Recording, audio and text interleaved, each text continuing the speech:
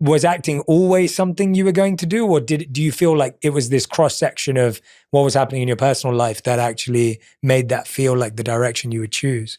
I think it's so interesting that you said those words, reveal and escape, that they're kind of the same thing, because I think that it all started with a poem. I did a poetry competition when I was 9 called the Daisy Pratt Poetry Competition.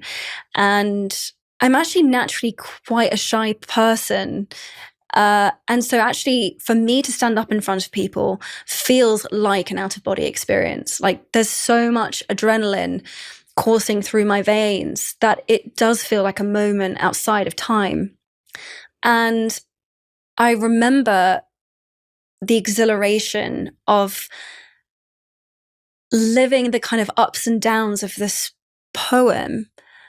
And maybe because there wasn't space to have conversations or express myself at that time in the way that I needed to, I did it through performance. And I also did it as a way of getting to feel free for a moment of what I was, like the discomfort of that time of not quite knowing who I was or how to be in the world.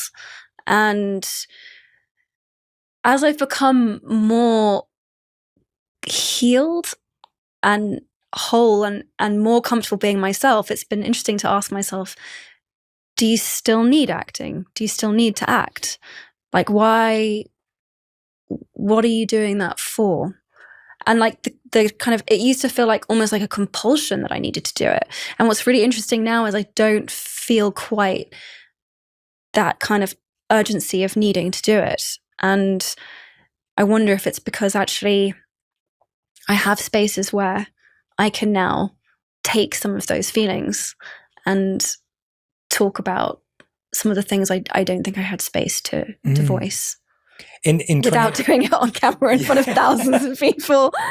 Yeah, which is scary in its own way, right? Yeah. It's easy to think, oh, that makes sense, but then it's like, well, no, it's really challenging to do that second part. Yeah. Even if it makes sense rationally or logically. And was that what in 2019 when you kind of pulled away, was your reason, I want to heal and work on myself, or was it actually, I don't feel a compulsion anymore? Like, was that the inflection point of doing some self-work, or was that the point of, I need to pause? I realized I was drawing on painful stuff in my life that I was actually healing, and I didn't want to keep revisiting in order to do some of the more intense, scarier, sadder things that I had to do. I remember by Beth's deathbed, by her graveside when we shot those films, like normally there are like these painful memories that I would use for those moments. And I realized, I was like, I don't know if this is super great for me actually to keep revisiting these, or if I want to use these as my tools. And I don't think that means I'll never come back to acting. I think it just meant I was like, I wonder if there's a different way to do this. I think the second thing was, to be really honest, I was coming to those sets with an expectation that I think I had developed on Harry Potter, which was that the people I worked with were going to be my family and that we were going to be lifelong friends. I came to work looking for friendship, and that was a very painful experience for me outside of Harry Potter and in Hollywood. Like, bone-breakingly painful. Because most people don't come to those environments looking for friendships. They're looking for, this is my chance, this is my role, this is what I want out of it, I'm focused, this is my job, this is my career, like, let's go. And I was not of that mindset. And so I found the rejection really painful. The friendship rejection, yeah. Yeah, of like, I was like, I think it was so unusual to make a set of films for 12 years. And we were a community, like we really were. And so I took that as an expectation into my other workplaces, and I just got my ass kicked. I really did. Was it competition? Was it envy? Was it just hierarchy? Was it? I think it was a combination. It was a Molotov cocktail of all of the above. As we mentioned earlier, I'm just not thick-skinned. Maybe I just wasn't built for those kinds of highly competitive environments.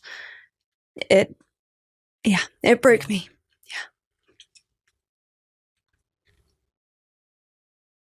Yeah. But in a way, I'm proud that it did, because I guess that means I have something left to break. I have a heart left to break. So it was a hard learning, but I think there's something that I'm proud of in a way, that there were certain things I couldn't withstand. I'd much rather keep my humanity.